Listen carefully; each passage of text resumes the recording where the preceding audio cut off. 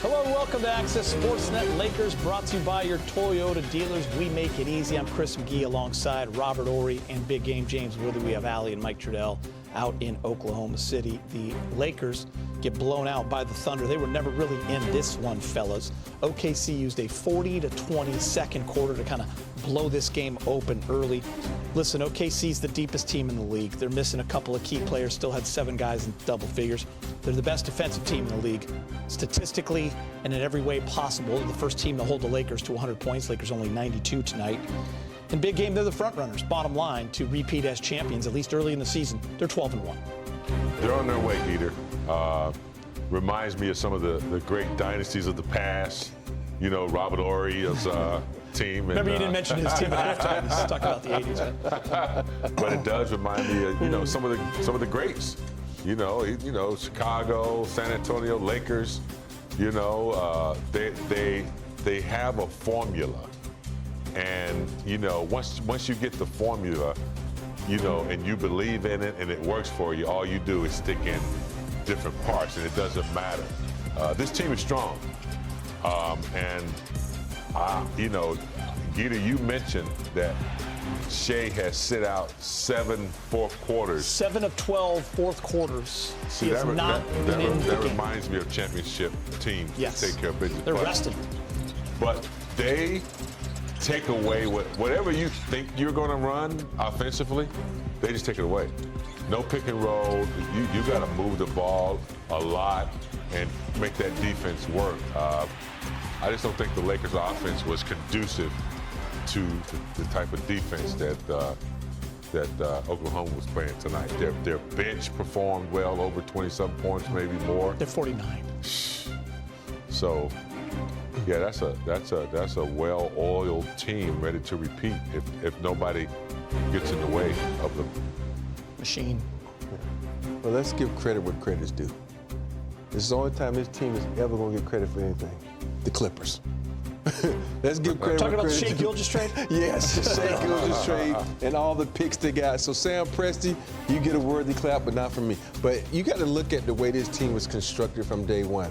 They put all these young pieces together, and they waited. You know, you think about, you know, the trust the process, what the Sixers tried to do. But the one thing that they did, they stayed healthy. They kept, meaning the OKC kept trusting the process. They brought in these young players. And they didn't just bring in young players because they were, you're the most talented. You're the young player bring that's going to fit this system. Yeah. You're going to come in and we make all of y'all friends.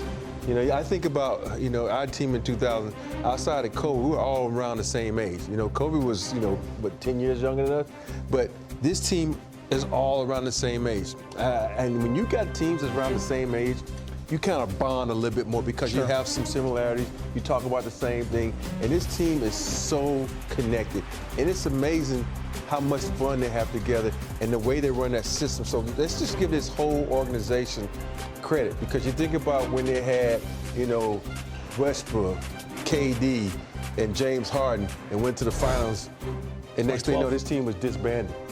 And they came back, they reloaded. A lot of teams aren't able to reload like they did. And stay competitive the whole time, with Chris Paul coming in for a year or two. And so you got to give it up. You know, Westbrook tried to give him a float, but then they brought in Shai. So this team is scary, man. I hate to say it. They're going to be scared for a couple of years because they signed everybody back. And got draft picks in the future. Yeah, I mean, they have the Clippers draft pick this year still from that Paul George trade. Yeah. Truly like remarkable. I said, give the credit to the Clippers for something. Yeah, they deserve it tonight. Listen, let's look at, we talked a lot about the stars coming into this night. You know, Shai versus Luka. You know, I know it's early in the year, but two of the top contenders for MVP, and Shai gets the better of this one. Look at his numbers. Again, he only played 29 minutes. He seems to never play in the fourth quarter. He scored 30 on 10 of 18. He was 2 of 7, 5 rebounds, 9 assists. Luka just 19 points, did not play in the fourth quarter either. 7 of 20, 1 for 7 from 3, 7 rebounds, and 7 assists. Big game. Shai was that guy tonight. He's just in control. He runs that offense. And he doesn't have to get it in bunches. You just look at the box score and you've seen that he's done it all, and he's done it efficiently. Yeah, Geeter. I mean, this kid is like so deliberate and so like under control and so knows what he can do on every possession. Like, he just kind of surveys pick and rolls, ISO situations where he can get his shots, and a true leader. I just think he's a phenomenal teammate, and his teammates play well with him. They play for him. He's a great leader, just unstoppable, and didn't even play the fourth quarter. Yeah, I want to say this about if you could put up a side by side of Luka's shots and Shai's shots, they were pretty much the same shots. But what makes it different is Luka's shots were all contested. You know, that shows you how good this team is defensively. You just saw all of his shots.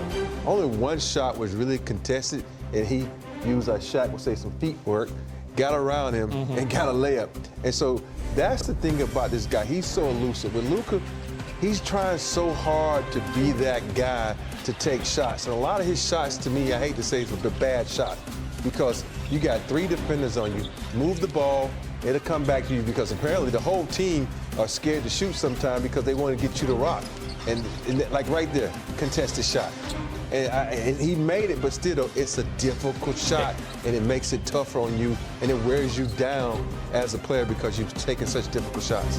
And I think it's so hard for anyone offensively when they can throw this many bodies at you with length, with speed, with athleticism, James. They're physical as well. This is not an easy team to score against. We saw Austin Reeves struggle as well. He was 0 for 5 from 3, did not get over the 20-point threshold, only had 13, and just couldn't get loose either. Yeah, there was a diameter there where they couldn't penetrate within 14 feet. They couldn't get inside the lane, Gita. I mean, Ayton couldn't get in there. What he did, you know, they swarmed them. They were very active with their hands. So when you can't get high percentage shots and you're dependent on long jumpers, and those long jumpers turn into long rebounds, and they get out and run and fast break, and the way they run their offense, I mean, everybody's a threat. They seem to be in the right place at the right time. They're well oiled. They have a system in place, and they run it well. You take something away, there's somebody else, you know, cutting, Chet, or, you know, anybody. So the guys off the bench, when their bench players come in, they look like starters because it's the same movement, the same offense, and defensively they just get into you physically. I want to show you this graphic. It's offense that the Lakers have played this year, and they are one of the better offensive teams in the league compared to what they did tonight. They've been averaging 118. Field goal percentage at 51% with 26 assists. Tonight, after 3 quarters, they only had 10 assists. Point differential you see at -29, and they only scored 92. So credit the #1 defense in the league, and the next time the Lakers play them isn't going to be till February, so you have a long time to work things out. You'll also hopefully have LeBron James, because you're going to need another ball handler against a team like this. But the bad part, they're going to have Lou Dirt back. They're going to have, they're going to have Jalen back. Yeah, so they are